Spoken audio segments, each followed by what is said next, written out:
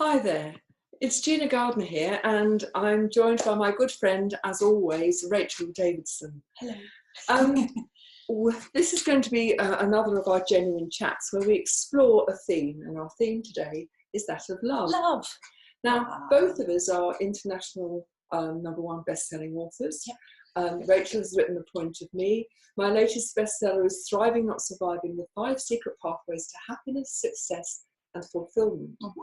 And I believe that one of the key ingredients to creating a life of happiness, success and fulfillment is to live a life that comes from a place of love rather than a place of fear. Yes.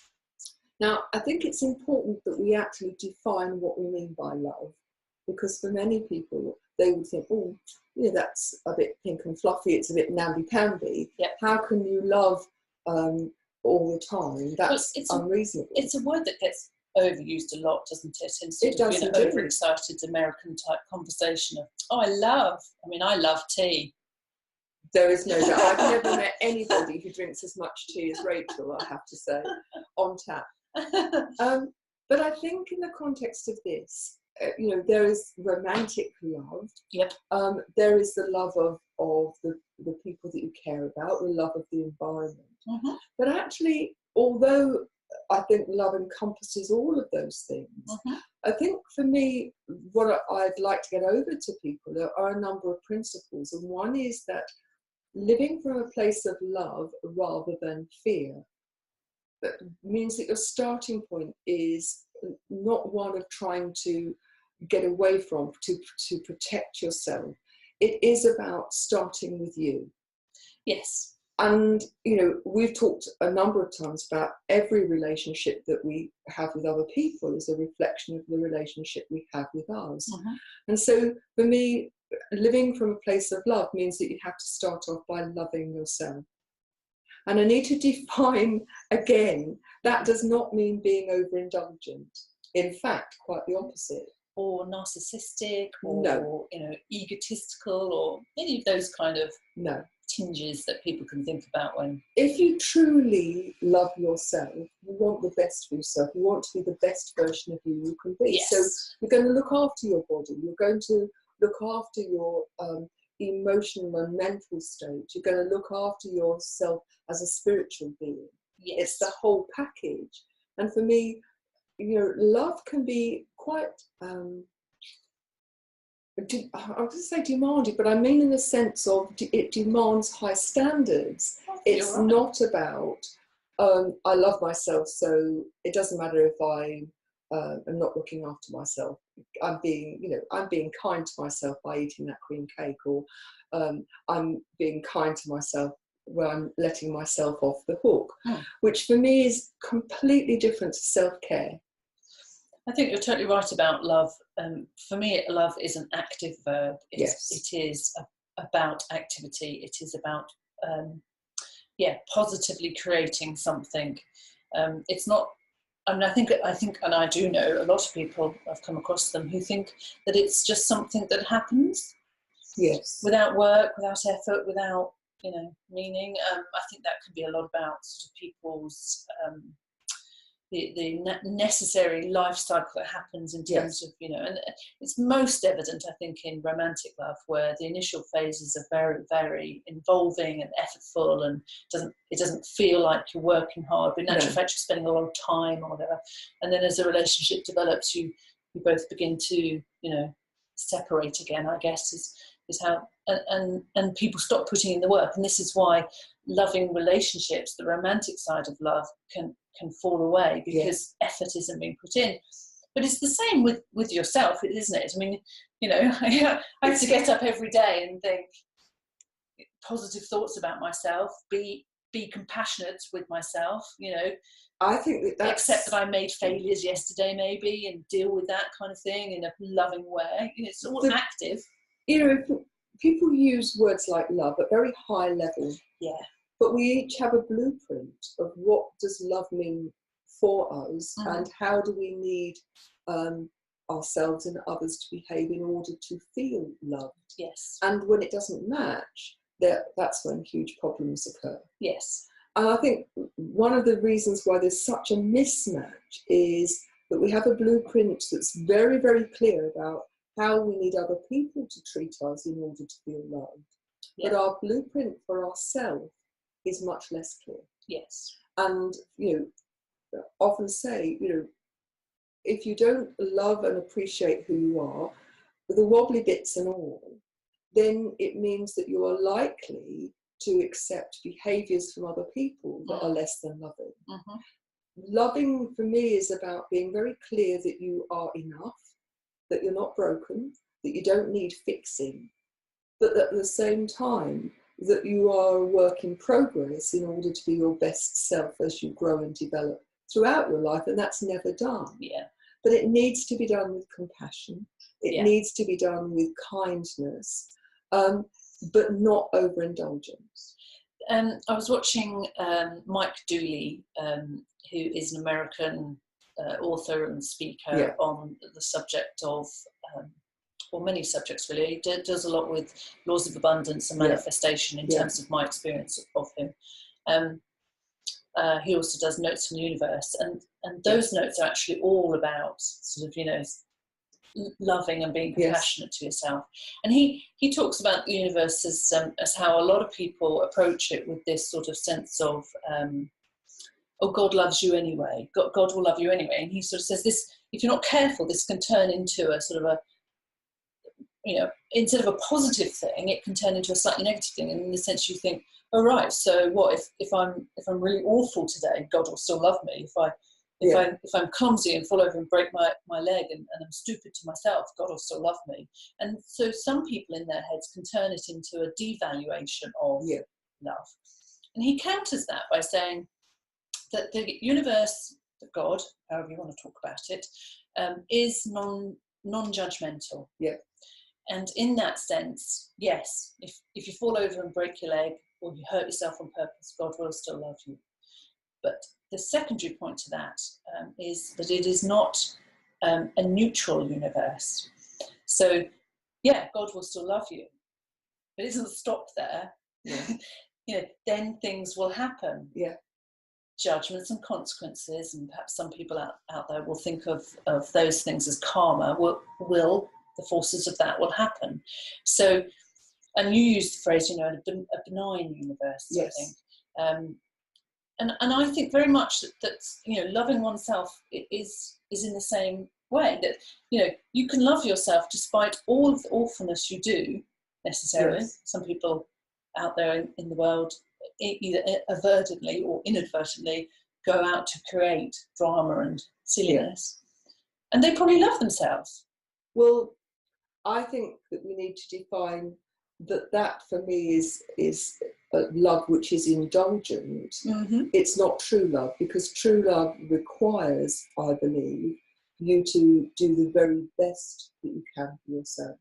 And if you're going out to create drama, if your intention is to hurt other people, then you are not doing the best for yourself or them. Yes, that I think that anybody who behaves, and behaviour is an external demonstration of the thoughts and beliefs they have. Yes.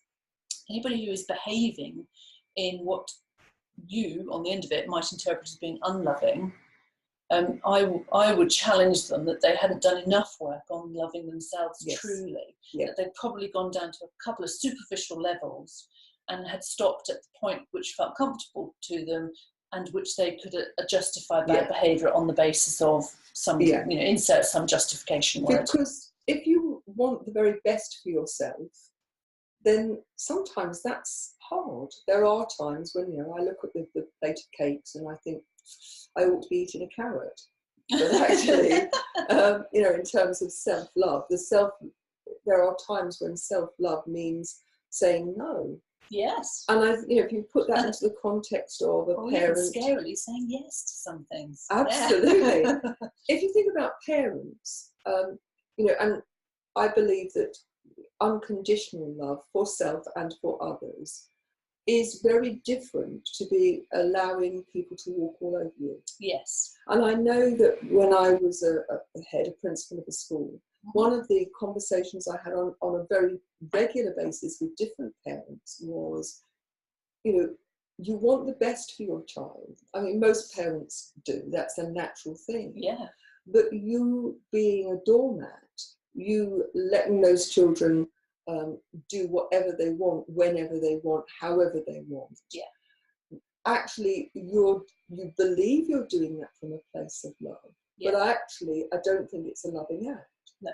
Because unconditional love is about wanting the best for that other person, that you will still love them, all right? But it doesn't mean that you put up with everything that they choose to do. Yes. That you teach them that for every act there is a consequence, for every choice there is a consequence. Yes. And that you are one of the most loving thing you can do, I believe, is to teach and help children recognise that there is a moral compass. Yes. And that, you know, where your core values sit, and helping them have a sense of what their core values are. Yes. And how they need to behave in order for those values to be met. So this is where this word love can get really complicated then, Yes. isn't it? Because it puts me in mind of that fable story of the person watching the butterfly struggling out of its pupa. Yes. I'm And just of going course- to look at the comments we're talking about this. It's Anne, yeah. Hi, Anne. Oh, thanks, Anne. Hi, and I'll phone you when we've finished. So the fable is that this person is watching the butterfly struggle out of its pupa, and it feels so sorry for it, and so they intervene and they break the pupa, and the butterfly falls to the ground, unable to fly. Yeah. Because so the point of why I think it pops up in my head today is that a more loving act to the butterfly would have been to allow it to struggle. Now, if you actually put that into just a slightly different context, to allow it to struggle, but at the same time to create a safe space so it's not going to get eaten by something else. Yeah. So, and because it is a necessary struggle, that's Yeah. the point of that story, that we all have necessary struggles In order to grow. in order to be able to cope with bigger challenges that are coming down the line. So a parent who keeps their children in cotton wool, does everything for them, or all of these sort of the woman I sat next to in the cinema who was doing her children's homework. Yes. All of these things, I can see why they can be thought of as loving, and why people begin it. I can also see how some loving behaviour actually turns out to be something completely different. Yes. My method of parenting, for instance, could be judged as being unloving because I place a lot of responsibility on my children. I believe that if they are capable of doing something, then they should be doing it. You answer that point whilst I go and see who's at the door. Okay. We've got a big sign on the door saying, please don't knock. But there you go. It may have blown off. We've got it's blowing a hoolie outside. Really, really windy, so it may have actually blown off. Ultimately, that when we are working with other people, whether we're parents or whether we're colleagues, I think that recognising that what's right isn't always easy. That sometimes the challenge is to create a situation where people can learn in a very safe space, and that does. Apparently, it's a fish man who has come to ask if I want an order of fish, and he's not read the sign. So we did it in a loving way. We did it in a very loving way, sending him on his way with love and affection. So ultimately, that creating a situation where let's talk about children, where your children know they are loved. Yeah. That saying to a child, I love you, but I love you too much to let you get away with this. Yeah. I love you too much to be overindulgent, because in doing that, I'm doing you in the medium and the long term a huge disservice. Yeah. And I'm reminded of the experiment, the marshmallow experiment, where children were put into them, very young children, aged around 3, and there was a single marshmallow on a plate. There were lots of activities that they could get on with, but there was a single marshmallow, and they said to the children, if you can wait till I come back, I'll give you 2. Yeah. And children fell into three categories. Those that saw the marshmallow and ate it straight away. Those that distracted themselves with the activities, and those that said, okay, and then didn't look at the marshmallow again. And they followed those children over decades. And what they discovered was quite startling, and this experiment has been repeated time after time.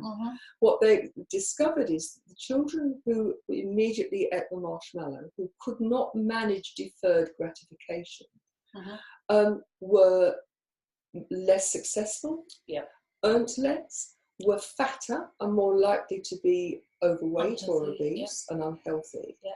And they did far less well. The second group, who had distracted themselves, did better, but they didn't do as well as the people who were immediately able to say, no thank you, I'll wait, and just got on. Now, you think how many parents now give their children what they want in order for them to, they believe, make their children feel loved. And I was watching a television program a couple of weeks ago where they were looking at very, very rich young people in their late teens, early 20s, and I mean very rich, who then went to live with a family who were on benefits. And there was a young man, the program I watched, he spent in the region of between £1,000 and £2,000 a day on his shopping. Right. Sorry, he didn't. I smiled. He didn't work. For him, money was, spending money was his. So he knew no value to anything. And he went to work with a family. Went to live with a family for a week, and he took with him a box of what they're called, not meringues, almond macaroons, which had cost something like £15 for 6. And the family had £153, I think it was, to last for everything for the week. And, he was appalled that he had to eat the things that they ate, because there's no way he would have done that. Not cordon bleu then, no? No. Okay. And that he talked about going out for a meal and spending several multiples of what they had to live on for a week for a family of 5. By the end of the week, you could see that his recognition that what he was doing and how he was living his life actually lacked meaning, I thought was very significant. And I think he got far more out of the week than the family who had hosted him. Yes. But I wonder, I'm sure his parents loved him, and I'm sure his parents believe that in leaving their money and giving him everything he desires, that they are being loving. I would question whether that love is a helpful, positive, constructive love or not. And it is true that in the moment, I'm pretty certain in the moment when I'm saying to my daughter, you're capable of putting the washing machine on, and I'm saying to my son, you're capable of emptying your bins, that they don't feel loved, that they feel very annoyed with mum, and why can't she just do it? And it is actually only in hindsight that when they come to a certain epiphany moment and they'll think, oh wow, I can actually do that for myself. Oh, that was a good thing that my mum did, and that may be many, many years in the future that I'll reap that particular harvest. But that is true, isn't it, of our life challenges? But it's not only true of parents. If you think about developing people in the world of work, there you go, and expecting people to take responsibility for their performance. And that's why this experiment around innate ability to delay gratification is such an interesting and symbolic one, because if you are able to weather the storms of life, to love yourself with compassion in that moment of weathering the storm, to survive, to be able to look back upon it, then you are delaying the gratification of the lessons that you're learning by going through these challenges. You're able to actually see in hindsight that you look back and say, that was good that I avoided the marshmallow, because I can see by avoiding the marshmallow how that led to here, led to here, and led to here. But of course, if you're a person that doesn't have confidence in your ability. That's going to be hard for you. Yes, because everything's seen in the light of the fact that you don't think you're enough. Yeah, if you have a gap inside you that says, effectively, I am not lovable, and this marshmallow might actually fill that gap for me a little bit, then that is a valid thought process, but it's not necessarily going to be the greatest love that you could give to yourself. I'd like to bring us back perhaps more directly to the topic of love. And, you know, that when people are annoying you, when people are behaving in a way that doesn't fit your blueprint, yes, how do you act in a loving way to yourself and to others in that context? Yes. And if you know, those who are listening to this, either live or as to the replay, please let us know, you know, what have been your challenges and how have you dealt with it? What have you learned? Because one of the things that has really struck me over the years is when somebody is being particularly irritating, when I can get past the irritation and actually just send, you know, a message energetically, you know, in my head, I'm sending you love because I recognize that actually your behaviors, the irritating behaviors, coming because that you either lack love of yourself or that you are looking for external verification, that you have value, that you are loved. Yes. And in order to do that, you need to be right. Yes. And so sending that message, I think, can be really valuable. And I'll give you a couple of practical examples of where having that shift from, oh God, they're driving me up the wall, to actually, I love you, even though I don't like what you're doing at the moment, can make a difference. So working with a client who had a really toxic relationship with her mum. And her mum didn't live locally. One of the reasons she'd moved to another part of the country was to avoid her, not to live so close to her mum. Yeah. And she would go down 3 or 4 times a year. And the dread of going down started a couple of months before she went. Oh, yeah. And it would get bigger and bigger and bigger, to the point that by the time she arrived on the doorstep at her mum's house, her parents had divorced, she was actually waiting for her mum to say or do something that was going to be hurtful. And of course, her mum never disappointed. And so one of the things that we worked on was to recognise that her mum was a product of her upbringing and her personality traits and you know, all of that. And actually, despite the fact that she was very difficult, she was doing the best that she could do. And my client couldn't change her, but she could change herself. And we worked on her forgiving her mum for not being the mother that she felt that she needed. And that, you know, that was a really big thing to do. But then also to start to find a very different way to behaving with her mum. Yes. And very briefly, there were a number of things that she was going to do. Yes. One was that when her mum was being toxic, that she would say to her mum, look, do you know what? I don't think, I'm going to have to disagree with you. Yeah. I think I'm going to take myself for a walk. Yeah. And she'd get out in nature, she'd go and have a walk, but that she made that statement in a very neutral, non-whiny, tantrumy, aggressive voice, which is what would have happened before. Yeah. And that, you know, Mum, I love you very much. I don't actually like how this is going. Yeah. I'm going to go for a walk. So she just didn't enter into that sort of energetic push and pull me that we can do of draining one another's energy and trying to be right. And she made it really clear. Yeah. If you behave like that, I will withdraw myself. But not with a flounce, not with a banging of the door, but just simply, do you know what? Yeah. Time for me to leave. No. The other thing that she started to institute with her mum is that when she arrived, she would give her mum a hug. That never happened before. Yeah. And to start with, they both found it very, very awkward. Yeah. But the more A generous she act. did it, and she would hug her mum before she went to bed, and she'd hug her mum before she left. The more she did it, the more her mum, who's terribly stiff and prickly, softened.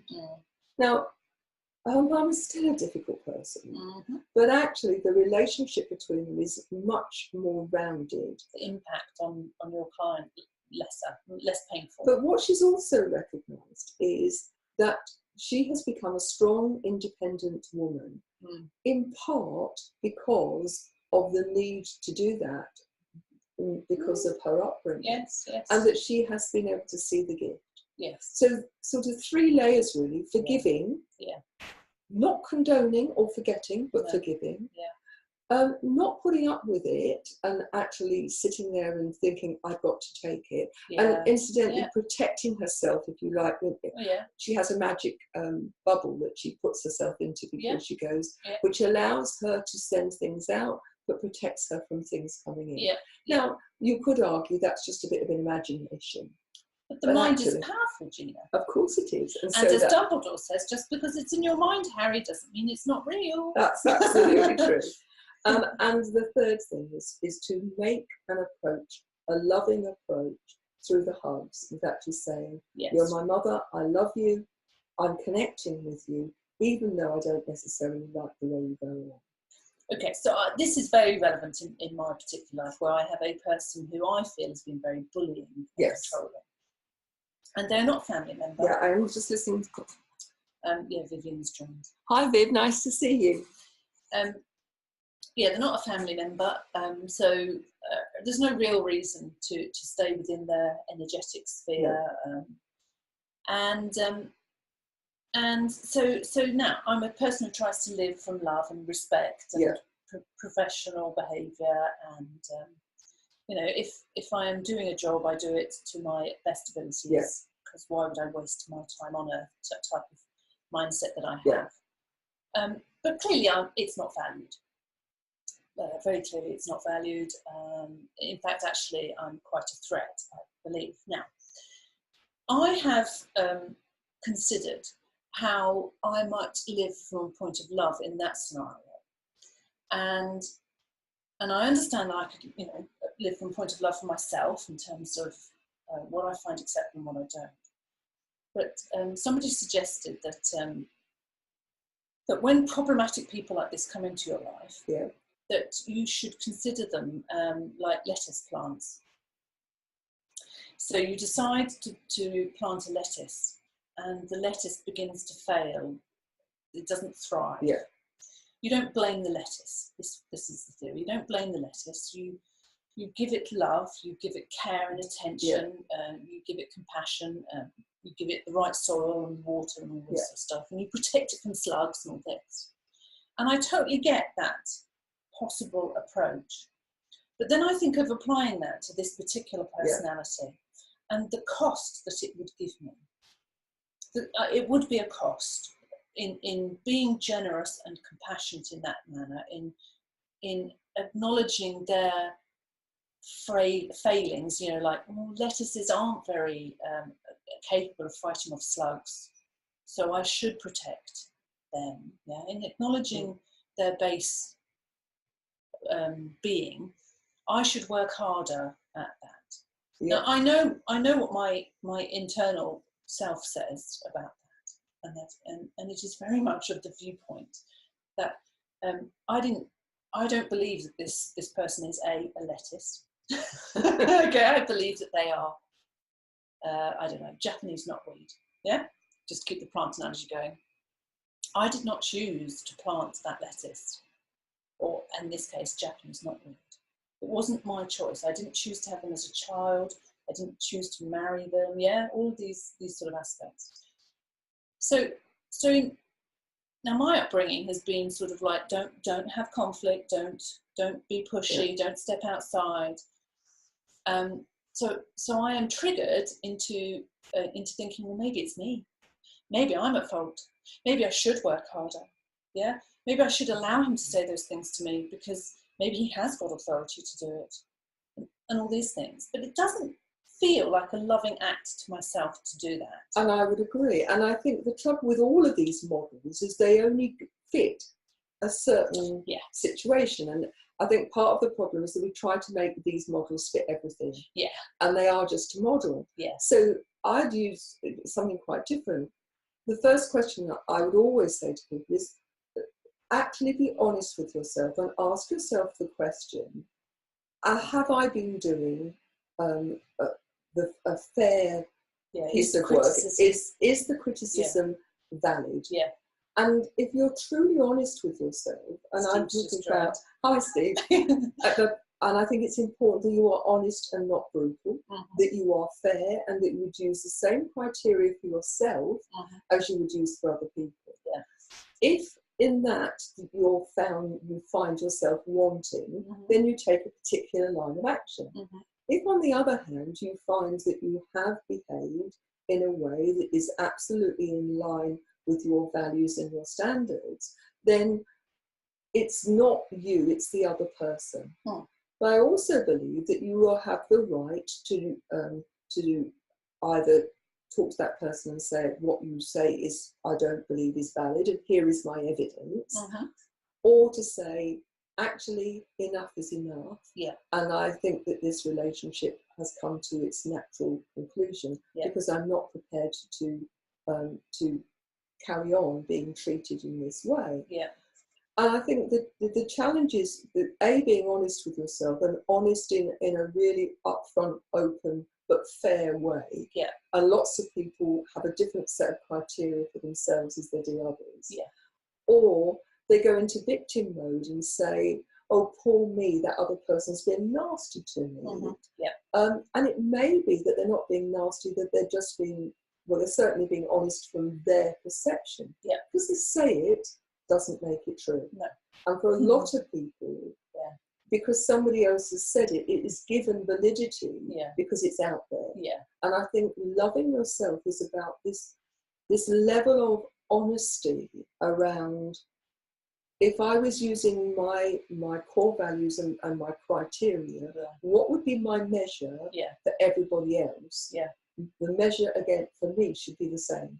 Because I do think that in seeking and running after love, lots of people give themselves away in that, and they believe things that behaviours are right, that subordinate them, that so the parents who pander to their children, or the partner, the marriage who partner, puts up with people being controlled or abuse of whatever sort. All in the name of love. And I don't believe that those are instances of love. They're not. No. I think it's almost the false image, isn't it? It's the mirage that if I behave in this way, then somebody will love me. But actually, at the heart of this doesn't matter what's going out there, I need to love me. Yes. And I need to recognise that in order to show love to myself, I expect to treat myself in a particular way. Yeah. And self-care is not the same as self-indulgence. No.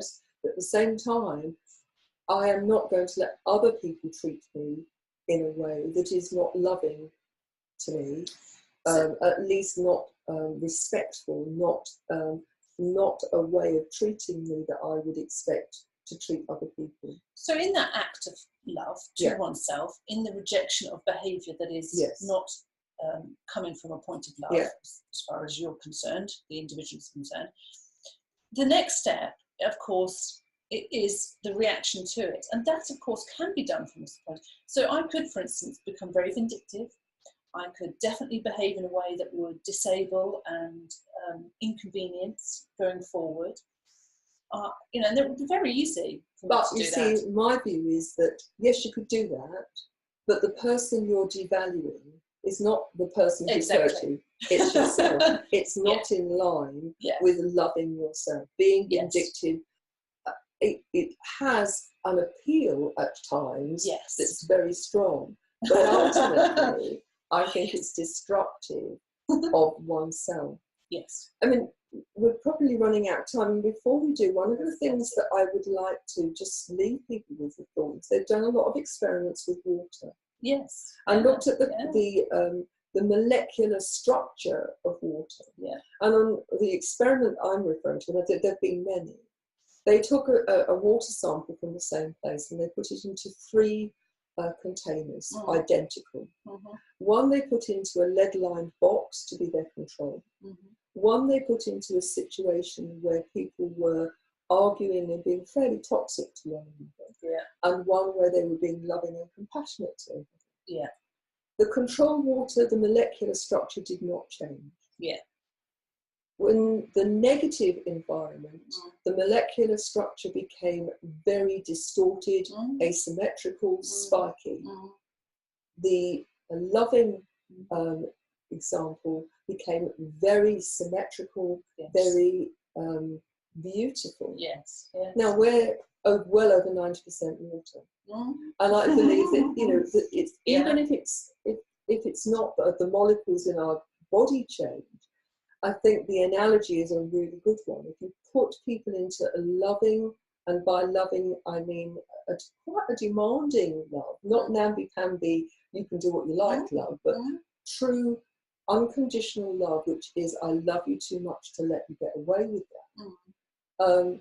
That I think that, you know, we become much more rounded, much more resourced people. If you put us into a situation where there is acrimony and toxicity, then we become stilted, and our emotional self becomes very clunky and fragmented. And so what I'd like to leave people with is the thought that how does love turn up in your life at a personal level? How do you choose to love yourself? And, you know, are there times when that love is indulgent and true, therefore, in my view, not unconditional love, but something else? And what about the people who surround you, your family, your friends? I believe it's absolutely possible to lead with love, and that's perhaps a focus for another session. That you can have very high standards, but if you do it from a place of love, rather than trying to make people fearful of consequences, so they behave in a way simply in order to avoid being found wanting.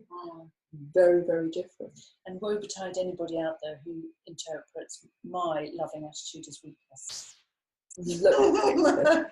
It's an interesting one, because love is strong.